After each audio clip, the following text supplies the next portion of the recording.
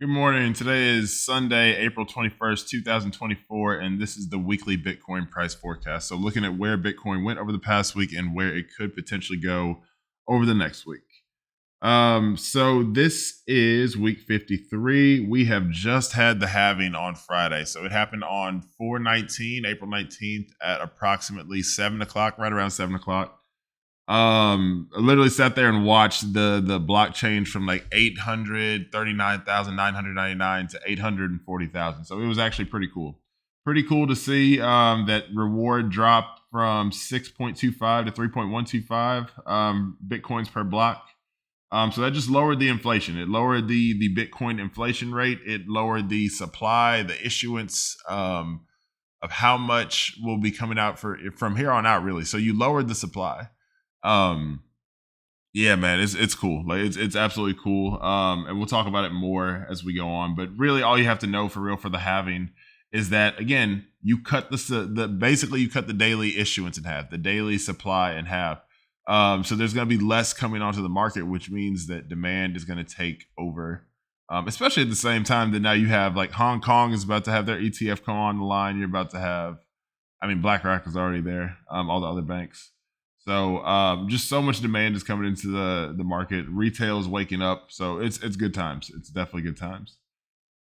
So let's talk about the charts. Monthly chart. It looks like April will be a down month overall, unless we just see something spectacular in the next week or so. I'm not really banking on that. That's fine. We just really went up for about 8 months straight. So 1, 2, 3, 4, 5, 6, 7. And we're about to get into earnings season. Like, it is about to go ballistic. Yeah, it's about to go ballistic in May. I'm excited for sure. Like, May is gonna be the month that like really wakes people up, because you start the month out with earnings season. You end the month of April having had the halving, the Hong Kong ETF coming onto line. Grayscale is slowly bleeding out of their Bitcoin, and they get to the point where they're not selling. Like, it's gonna go bonkers. That's all I can say. It's gonna go bonkers. We're getting close. We're getting really close. Look at all these wicks. Like, that's ridiculous. Look at these wicks. You have 1, 2, 3, 4, 5. Like, these are big wicks. So basically what that means is price has pushed down, but then it just got reversed. It never really made it past the bottom of this range. Like, it would shoot down and then come back up. So it's like, really, I only counted up to here. So really it stayed at about 65, between 65 and 73 if we're looking at a weekly basis. Daily, yes, it did go like down a little bit more, but I'm not too concerned about that. Not really concerned about that at all. That all makes sense. Do I need to talk about anything else on the weekly chart? We can put the drawings on. Again, you got the fourth Bitcoin halving right here that happened on this week. No real price action came out of it. Like, there wasn't any like major volatility just yet. The market is going to react to it on Monday. Again, it happened on a Friday afternoon, so there was nothing to really be expected there. The markets were closed. Monday, coming out the gate, we may see a little bit different, but I'm really probably banking on early May. It's looking like early May that we'll see like that super takeoff.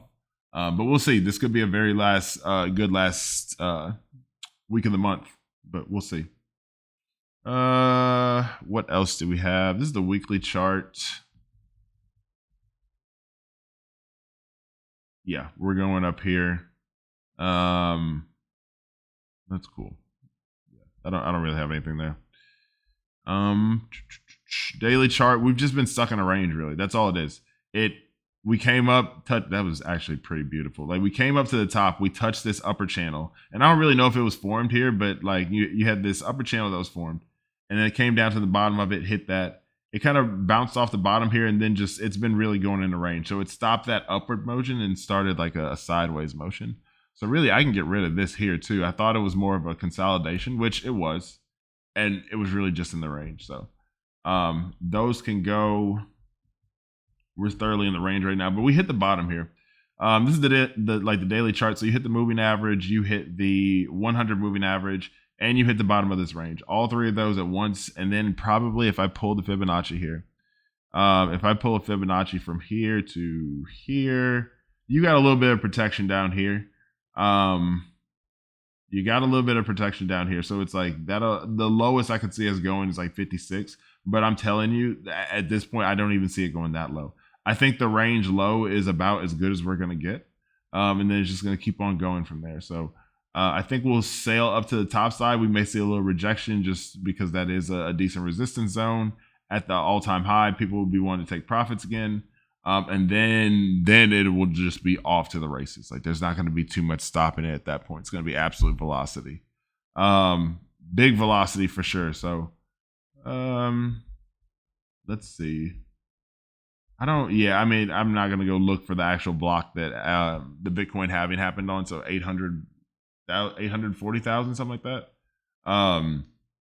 That's pretty much it for this point. I don't see it going too much lower. And if it is to go too much lower, we're talking like 58, 56 region. Like that's about as low as it could go. I see this as like kind of the last shakeout. Like this is where they get people, fearful for like the last time. You have like all this war stuff going on. You have all this other activity going on, but it's not gonna go down. Actually, let me show you something. This is what I will show you. We will switch this over to another layout.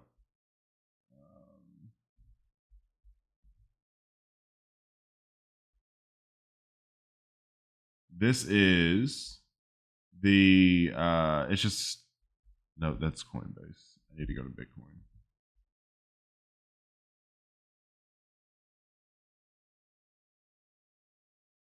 This is a long pause. I don't know what's wrong with my Wi-Fi. Like that's crazy. There we go. Okay. Jesus Christ. Bitcoin. I'll take these indicators off.